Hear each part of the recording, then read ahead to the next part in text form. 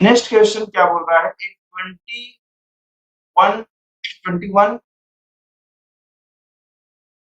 2100 watt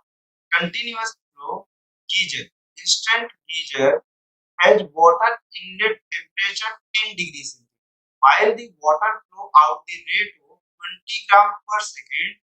the outlet temperature of water must be about. Question में ये बोल रहा है कि एक गीजर है जिसमें से मेरे पास उसकी जो पावर गिवन है वो हमारे पास कितना गिवन है 2100 वॉट गिवन है। अब उससे कंप्लीटली और वाटर बाहर आ रहा है तो वाटर का टेम्परेचर कितना होगा, जब वाटर जो गीजर के अंदर साइड से फ्लो कर रहा है उसका टेम्परेचर क्वेश्चन में कितना गिवन है 10 सेकंड गिवन है। और वाटर के जो फ्लो का रेट गिवन है एक्चुअल में मेरे पास जो changing of mass with respect to time जो गिवन है मेरे पास वाटर की वैल्यू वो 20 ग्राम पर सेकंड गिवन है। अब क्वेश्चन में ये बोल रहा है कि उसकी चेंजिंग ऑफ टेम्परेचर की बात करते हैं। तो अगर चेंजिंग ऑफ टेम्परेचर की बात कर रहा है तो एक्चुअल में आप ये समझो कि जब फ्लो ऑफ रेट के लिए मास की बात कर रहा है उसकी पावर की बात कर रहा है, एक्चुअल में पावर आपके पास है क्या, उसकी changing of heat energy with respect to time, यही तो मेरे पास पावर है, एनर्जी अपॉन ऑफ टाइम को तो आप पावर कहते हो। इसकी वैल्यूएशन गिवन है, आपको मास गिवन है, तो एक्चुअल में स्पेसिफिक हीट की वैल्यू आपको चाहिए और चेंजिंग ऑफ टेम्परेचर की वैल्यू बस चाहिए, बाकी कोई भी वैल्यूएशन नहीं चाहिए। तो आपको बस इसे कंपेयर करना है,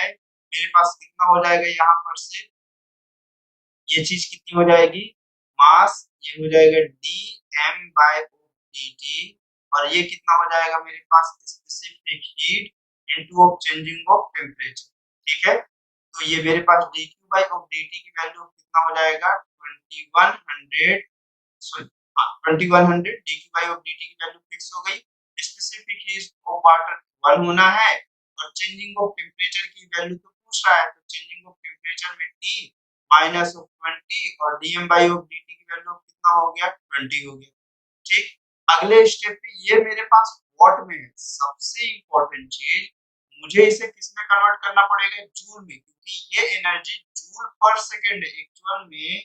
2100 जूल पर सेकंड में है, और ये किस में चल रहा है मेरे पास ग्राम पर सेकंड में चल रहा है। ये जो अब आप काउंट कर रहे होगे ये कैलोरी पर सेकंड आ रहा होगा, कैलोरी को अगर जूल में कन्वर्ट करना तो मतलब 4.2 से आपको क्या करना पड़ेगा, मल्टीप्लाई भी तो करना पड़ेगा। देखो सबसे पहले ये जीरो से आपके पास ये जीरो कैंसिल आउट हो जाएगा, ठीक है, एक सिंपल सा फॉर्मेट यही होना। अगले स्टेप में कितना हो जाएगा मेरे पास 210 अपॉन ऑफ कितना हो जाएगा 2 into 4.2 इज इक्वल टू कितना हो जाएगा मेरे पास, अंदर का टेम्परेचर सबसे इनिशियल टेम्परेचर कितना है 10 डिग्री सेंटीग्रेड है ना।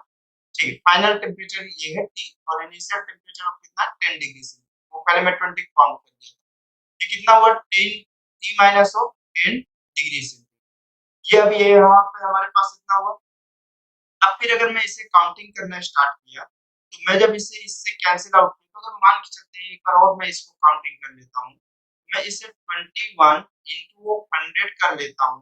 और ये 2 हो गया और 4.2 को मैं कितना लिख लेता हूँ 42 लिख लेता हूँ, is equal to T minus of कितना हो गया 10 डिग्री सेंटीग्रेड, ये कैंसिल आउट हुआ, ये 2 हो गया। अब जब ये 2 हो गया तो ये 2 और 2 मिलके इसको कैंसिल आउट करेगा तो ये 25 हो गया, तो टी की जो वैल्यू आएगी वो कितनी हो जाएगी